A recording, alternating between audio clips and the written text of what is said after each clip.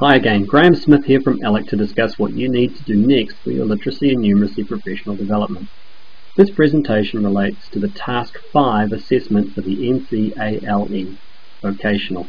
You may wish to refer to your study guide or assessment guide for further information. Just a quick heads up so you can see where you're up to in the training. This graphic shows how the course tracks through the 7 basic areas required by the unit standards and qualification. You need to complete the Task 5 assessment, which relates to using diagnostic assessment for literacy and numeracy. You can see embedding literacy and numeracy in the green box at the top of the screen in the 2 o'clock position. This task relates strongly to the knowing what to do phase that you can see in the triangle below.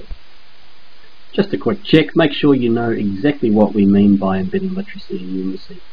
Refer back to the definitions in your study guide if you need to. The important thing is that you should be developing literacy and numeracy activities and resources that are contextualized for your particular trade or vocational training area. There are a couple of things that you need to know in order to complete Task 5. You need to know how to describe and plan a series of embedded literacy and numeracy activities with your training context. And you need to know what to do and how to do it when it comes to facilitating this training.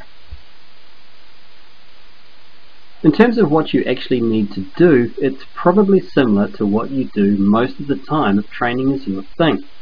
You need to design or adapt a bunch of activities and resources, then try them out on at least 2 learners. That's it in a nutshell. Basically, we just want you to have a go. Have a go at delivering some literacy and numeracy activities that are contextualized for your training. Feel free to be creative and to experiment. You have our full permission. Read through section 5 of your study guide as well and refer to the support materials of the learning progressions if you need further ideas. That's right, you need to work with at least 2 learners. Preferably they should be the same 2 that you used for your diagnostic assessment in Task 4. Of course, you can use your whole group if you don't want to single people out. You need to describe the relevant learning outcomes, teaching strategies, learning activities, resources, assessment processes, and how you will evaluate things. We have a template for this that's in your assessment guide and that you can download from www.alec.ac.nz.